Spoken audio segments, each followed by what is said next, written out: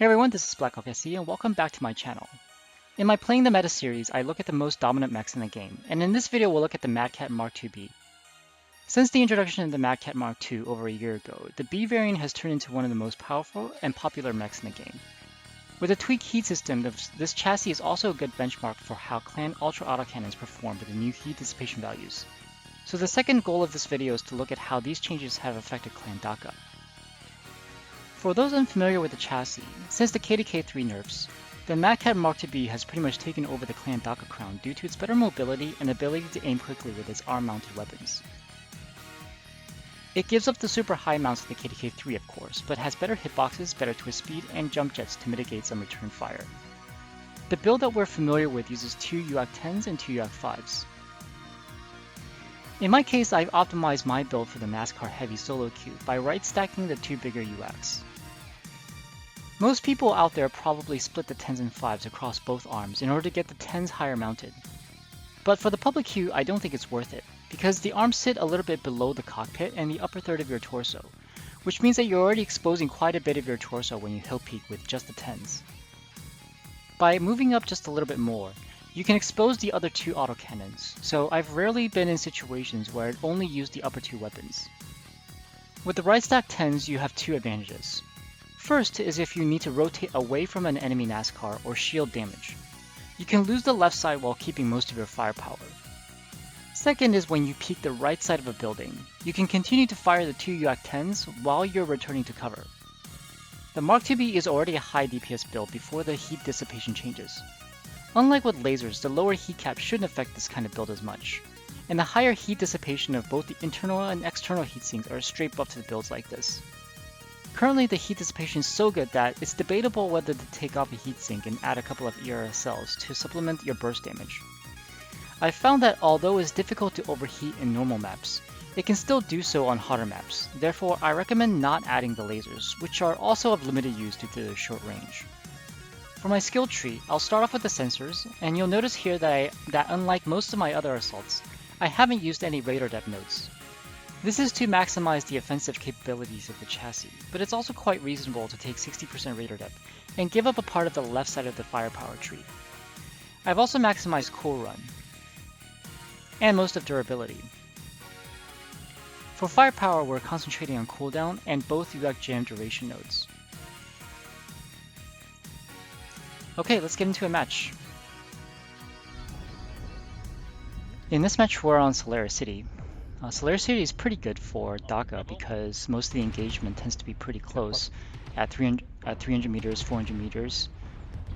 In those at those ranges, then the velocity, the UAC velocity, doesn't affect accuracy as much, and DPS tends to be a pretty dominant factor in what makes build good in that case.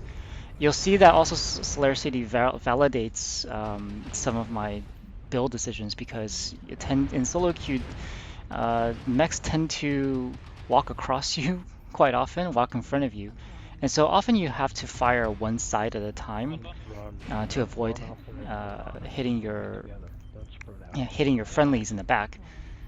And so by having, like the Ultra 10s on one side, it allows me to avoid mechs friendlies that are moving from the left to the right, which is often what happens during a NASCAR.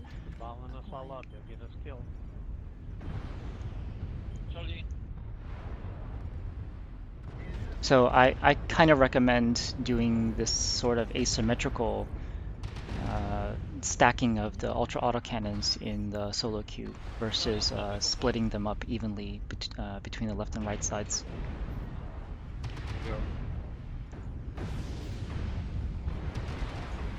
I think that Fafnir appears to be a... Oh, look, you can see again the Annihilator in front of me is trying to move left to right, and I could only fire one side. Usually that means the right side, where I have my UAC-10s doing more damage.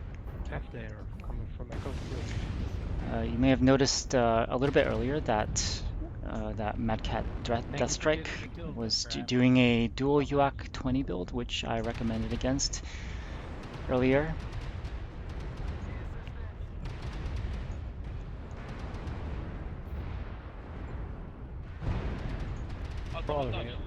And in this situation, you also see how the arm-mounted weapons are really helpful. If I was in a Kodiak 3, I wouldn't be able to reach, I wouldn't be able to aim as high as that supernova was.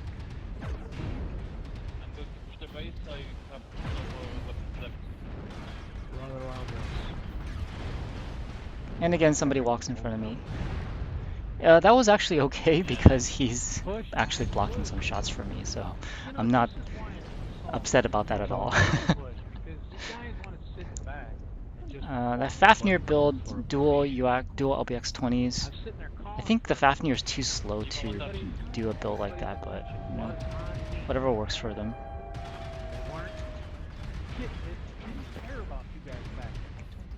And of course, we noticed this guy behind who's almost was able to take out one of our torsos, but we survived that.